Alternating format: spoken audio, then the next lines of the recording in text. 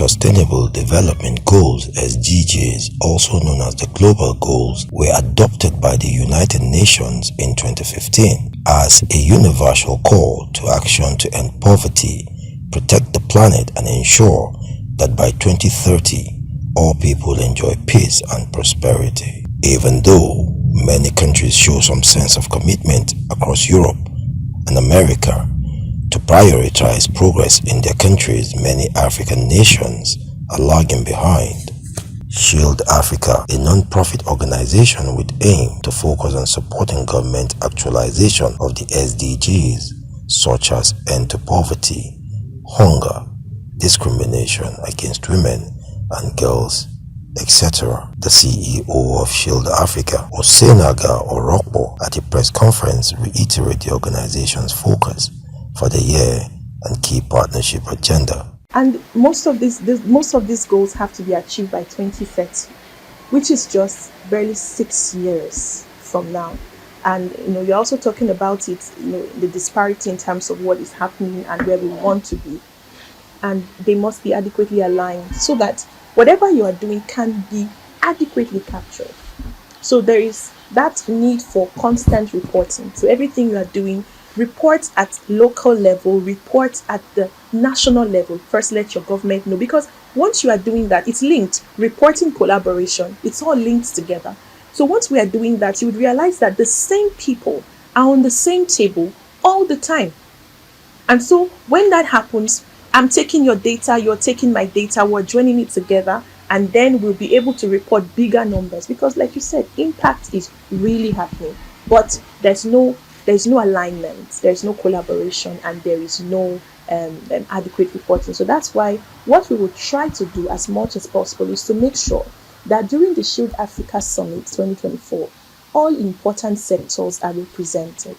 If they are there, you would see that they can see what we're doing, and then when they equally have their own programs, we can attend and we can, as much as possible, partner, pull funds together, and be able to see how we can scale our impacts.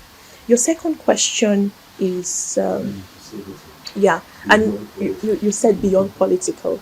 No, I don't want to. I will not contest that it is political or it is not. But I'll just tell you that women play an important role in development, whether you like it or not. You don't like it? Okay. Thank you. All right. So women play a very important role. Now, what we're going to do differently is that there is the whole technique of mainstreaming gender. First of all, if you want to be an advocate for development, you must have a passion for it. That's one thing we have. We have genuine passion for women. I'm a woman.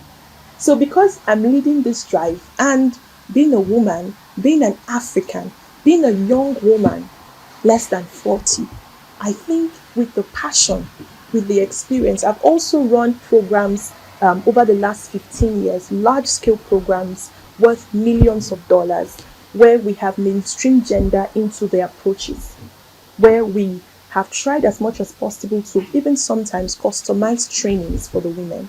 We understand the peculiarity of the women in Africa.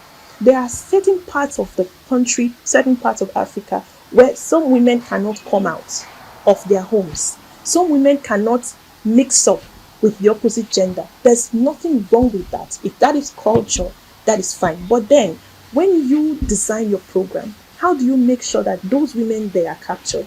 Women, even if they are able to leave their homes. You saw me a few minutes ago, I couldn't come in because my baby was crying. So I had to go attend to my baby. This is the same thing with a lot of women. When women, because we know that women have to take care of their families, have to cook in the mornings, have to prepare children for school, then we must begin to think about how to design trainings that can be run in the evening. Most of the programs we run, we say our trainings are just from morning till 2. After 2, we have left the field. No. The different thing we will do is that in the communities where we work, because it's not political, we are empowering the local communities. In these communities, there are people who have experience, who are educated, that we can empower to be trainers. So if those people are living in those communities, we can organize evening trainings. So the women, or afternoon trainings, when the children have gone to school, around 12, around 1, that's when the women will come out.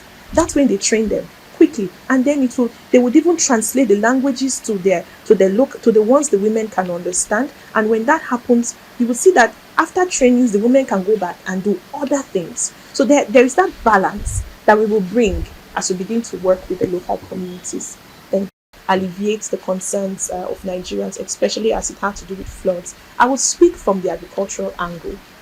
Now, we're very aware of the disaster that flood brings, not just to human life, but to crops.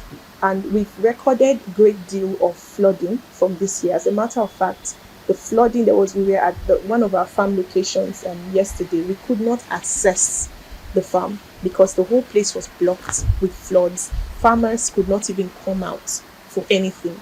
Now, this also calls for a great deal of collaboration and commitment. We are very touched by the loss of some crops and, of course, some lives in the different areas that have been affected by floods. So we are working. We are currently in talks with some of these states, some of these local governments where we work that have been most affected, and we are talking to them to understand the degree of impact of the floods, and speaking specifically to the area of those that have lost their livelihoods. I also touched on the fact that we run a lot of humanitarian campaigns. So in the course of the year, before the year runs out, we would still be running some more humanitarian campaigns where we would support these communities with food, with water, and with medical supplies. We were in Pagi community recently. We supported 5,000 people to access food, to access medications that they needed.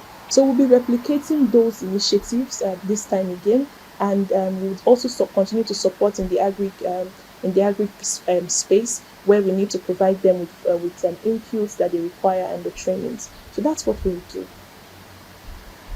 All right, I think. Mohammed Jinadu, Voicetv Nigeria.